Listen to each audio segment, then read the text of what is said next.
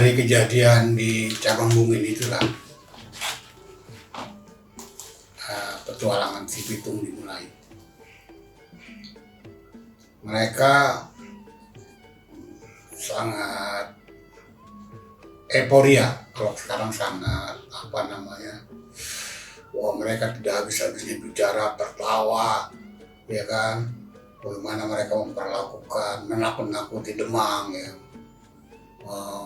menghinanya. Euforia itulah yang kemudian menimbulkan ide tentang bagaimana kalau kita menggarong orang-orang tuan-tuan tanah, menggarong pejabat-pejabat Belanda yang mereka anggap tidak adil. Jadi kan orangnya komersil ya, udah kita garong aja, kita banyak duit. Wah kita jangan begitu kata Pitung. Kita ini kan lu kan udah bilang bahwa ini ada ketidakadilan ini di Batavia ini kan. Yang miskin semakin miskin, yang kaya makin kaya. Udah begini aja, kita garong, terus ya kita pakailah dikit buat kita, tapi kita bagiin penduduk, ke rakyat. Gitu. Gimana bang caranya bang? Ntar kita kalau bawa kelompok-kelompok, kata Umar kita bisa ketahuan bang. Begini kata Pitung. Kita harus berencana, harus kita punya perencanaan, bahasanya waktu itu lah. Kita nggak tahu ngerti bahasa apa kita pakai. Kita titik kumpul kita di sini. Jadi kita jangan rombongan sana kemari ber-45. Kita kumpul di sini. Nanti kita rencanain di sini mana yang lu kan nanti bawa informasi ya yang mana yang perlu kita garong. Lu bawa informasi yang mana kita garong. Lalu hitung satu-satu. Tapi kita harus kompak, jangan ada yang berkhianat di kita. Iya bang siap, kita juga nggak ada yang berkhianat. Kita ini udah terlanjur susah hidup. Kita terlanjur susah, kita nggak juga melakukan sesuatu, kita juga susah. Ya kan, kalau kita melakukan sesuatu mungkin bermanfaat buat masyarakat. Nah, simpul cerita itu gini, gue punya teman namanya Jaisin, ini orangnya berani juga nih orangnya. Teman saya berani banget orangnya. Dan dia cerdas, dia nggak nafsuan orangnya. Jadi kalau kita melakukan apa yang kita rencanakan, dia banyak pertimbangan dan matang. Kau di mana rumahnya? Rumahnya di Sukabumi Udik. Ntar gue yang sana dah, ntar kita ajak dia kemari. Nah singkat cerita akhirnya Jaisin bergabunglah dengan mereka. Dan Jaisin diyakinkan bahwa misi mereka adalah mengganggu keamanan untuk membela rakyat. Karena itu ciri-ciri mereka, garong itu tidak membunuh. Tidak ada pembunuhan Pitung yang dilakukan oleh dia, kecuali terpaksa. Dia cuma nakut-nakutin dan mengancam. Ini gua Pitung, lu kenalin gua Pitung, lu bilangin tuh sama Belanda, gila, tinggalin Batavia, biar rakyat makmur.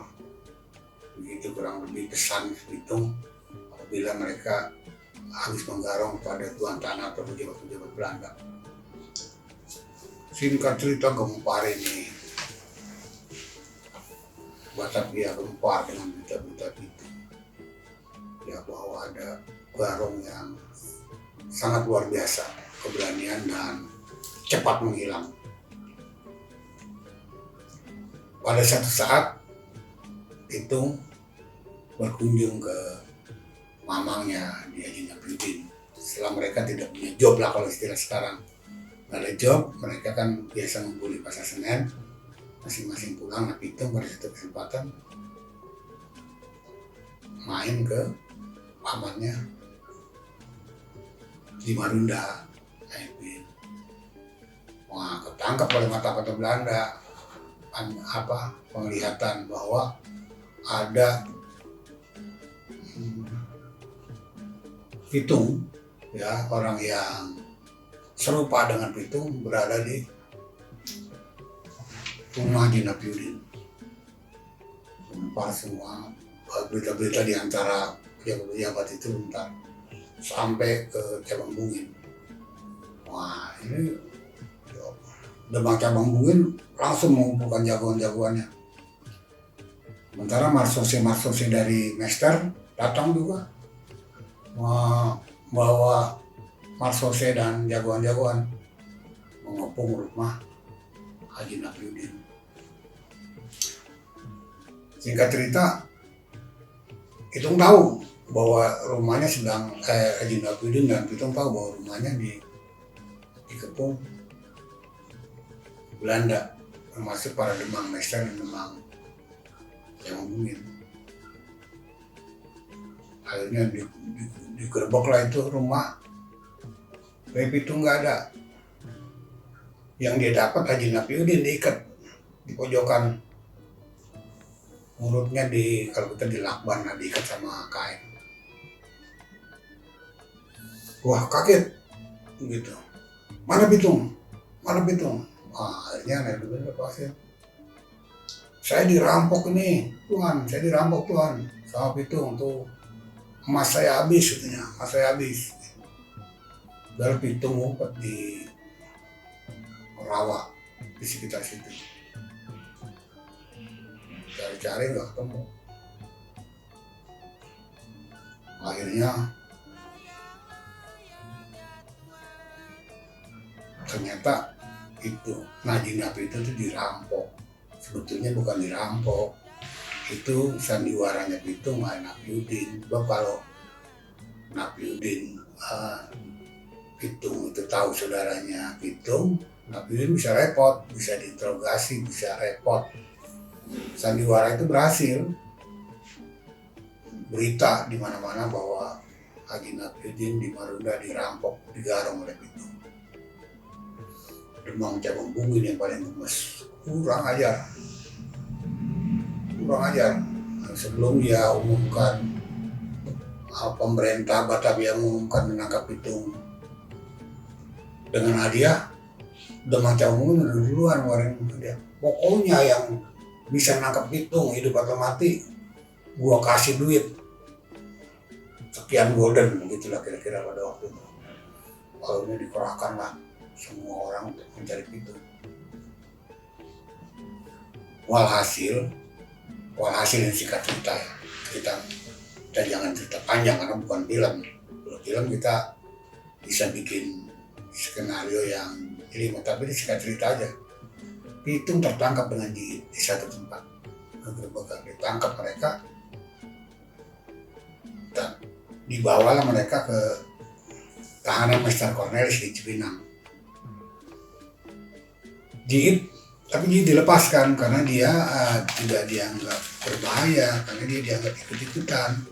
Tapi didata oleh polisi Batavia. Itu ketika ditangkap bersama si Pitung, dianggap dia ada hubungan dengan si Pitung. Tapi dia bukan orang yang berbahaya karena dia katanya alasannya karena dia orang satu kampung dan baru ketemu pada waktu itu, ditangkap, dilepaskan. Tinggal si Pitung ditahan di satu tahanan di Cipinang, dirantai pakai besi kedua kakinya. Jadi Pitung di tahanan sendiri, pokoknya dalam ketat sekali tahanan itu, dengan rantai besi dan bola besi di kakinya dua-duanya. Pitung hanya berzikir dan berdoa, dia pasrah apa yang terjadi dengan dirinya. Tiba-tiba tengah malam, protek, pintu penjara dibuka sama seorang sipir. Tanpa balas apa, kunci rantainya itu yang di kaki Pitung dibuka. Pitung kaget, apa ini, ada apa? Bang, saya katanya ini pengagum abang bang, saya cinta sama abang, ini saya lepasin. Saya udah kompak bang dengan sipir yang lain katanya.